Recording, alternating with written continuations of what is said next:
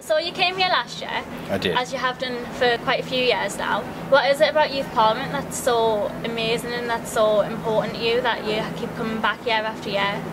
I think it's incredibly important to encourage involvement by young people in the democratic process. Politics does matter, even if people sometimes say it doesn't, or they're not interested, or they think it's boring, or they don't like the people running the country. It is something that's going to impact upon them. It will affect your life, and I believe in practicing what I preach. And my approach is quite simple, Razzia, and that is that if we in Parliament want to be respected by young people, we have to show some respect for young people. I strongly supported the idea that the UK Youth Parliament should be able to hold its annual debates on the floor of the House. I voted for that, and so when I became Speaker I said to myself and to my colleagues, first of all, I intend to chair the debates every year in October or November, and I've done that for the last 3 years and I'll do so again this November.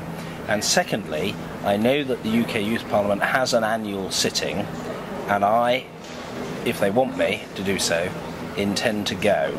And I went to Canterbury in 2009, to Belfast in 2010, I think it was to Leeds last year, and here I am in Nottingham this year.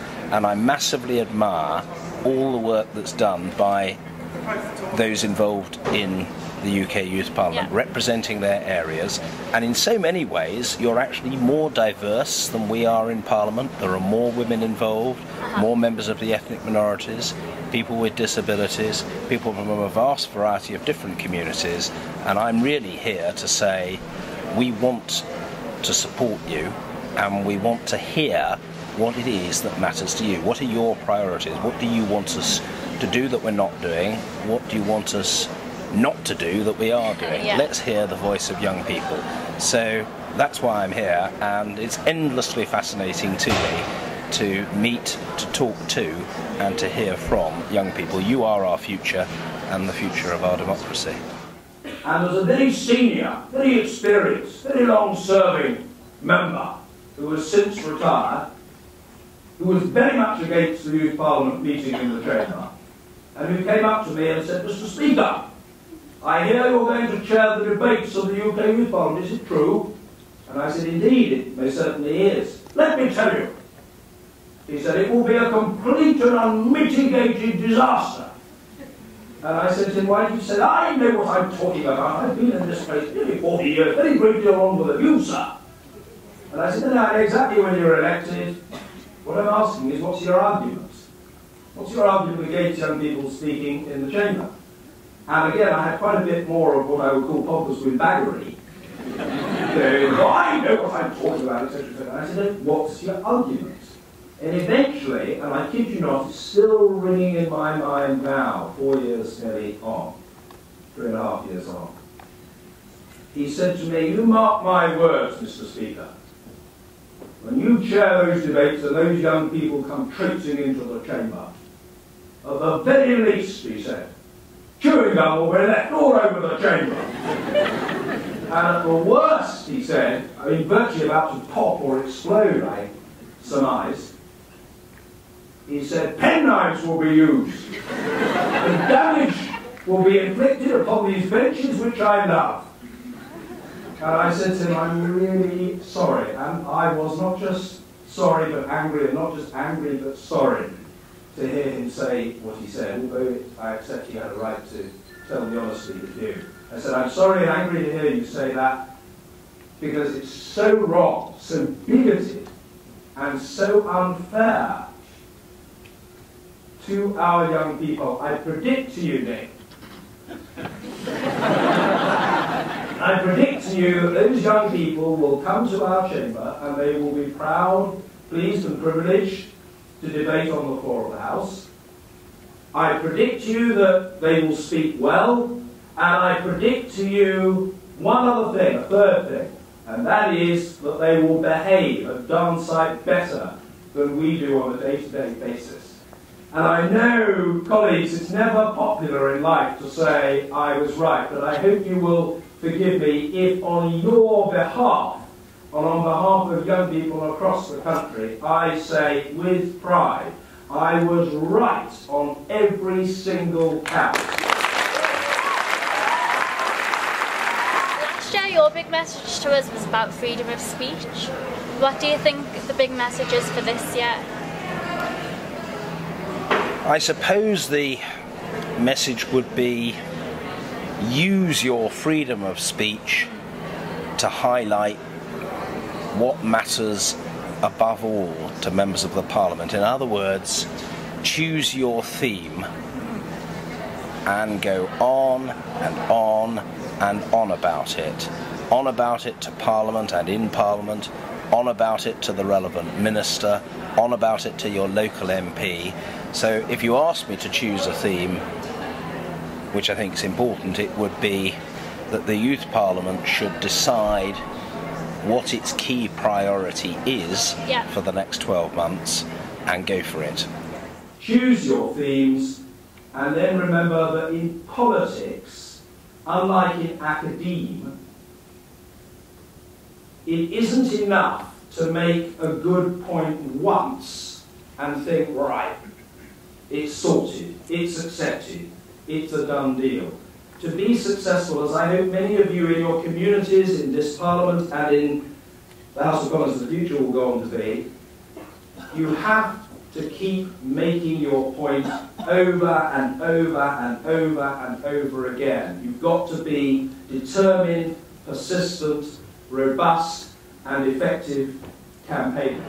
I massively value the Youth Parliament as it is. I'm a huge fan, and I want it to become more diverse and more representative and more active. I know there are only so many hours in the day, but I would like to see the Youth Parliament do even more, which is tough with limited resources. But I would like to see the Youth Parliament redouble its efforts and resolve that over the next 12 months it will really get through to members of the House of Commons, and in particular get through to ministers in ramming home what matters to young people. Now you here today and over the weekend have, as far as I can discern, and it's guided and informed by you rather than by me, three key objectives. You have the objective of mixing and interacting with each other, with all the opportunity for the formation and nurturing of friendships that offers and entails.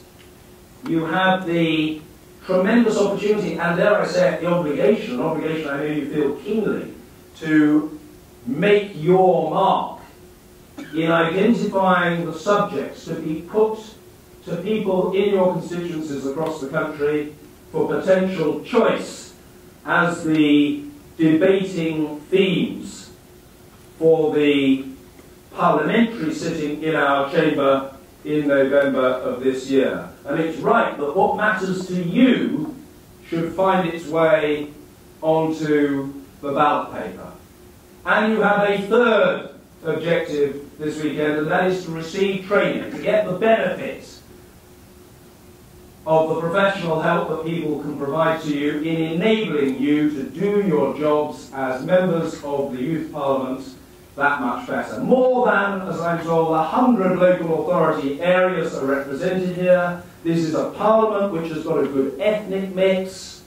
It's got a much better representation of women than we have in the House of Commons, so we can learn from you in that respect as well. You facilitate opportunities for people with disabilities to take part. And what I want to hear from you is what really matters as a theme or a set of themes to you. I know that you're a big supporter of democracy, as are we.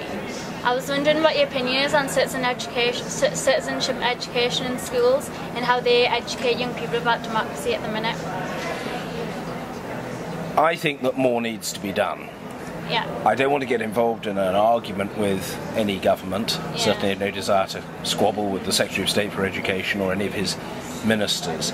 But I think that it's a problem that in schools there isn't communicated to young people a clear sense of how our political system works. I'm not talking about people necessarily doing a GCSE or indeed more realistically an A level in politics. I'm just saying that I think that in the United States, school children are given a basic understanding of the main parts of the American Constitution and political system, and I don't think that's done here in British schools, and I would like to see it done. So if you're asking me, am I sympathetic to citizenship education, I am, but I think we need to do it much better, and I would like to hear the voice of the Youth Parliament as to what you think a citizenship education curriculum, if you like, could cover, what you think schools should be teaching at the moment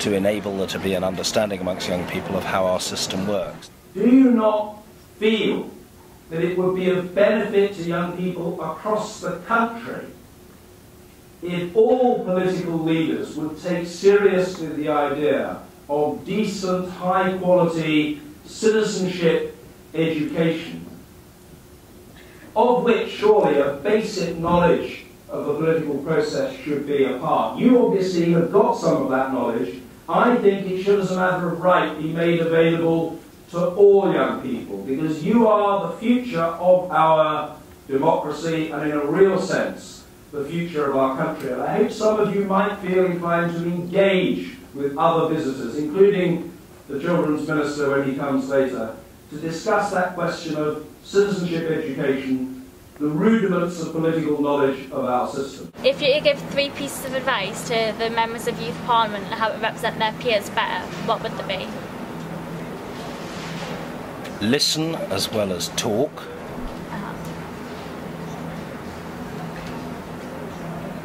Think about how you can get those messages across in a way that is credible, i.e. practical and believable, and attractive to decision makers, would be my second piece of advice. So listen to hear what people think. Think about how you can then communicate it as members of the Youth Parliament.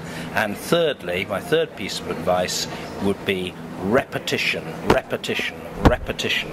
It is a great mistake in politics to think that if you've got a good point and you make it once, that's the end of it, it will be accepted. That is not the case. What you need to do is to repeat good points over and over and over again, because that's what campaigning requires. We share the value of a belief in democracy, the political process, and the importance of free exchange and constructive debate.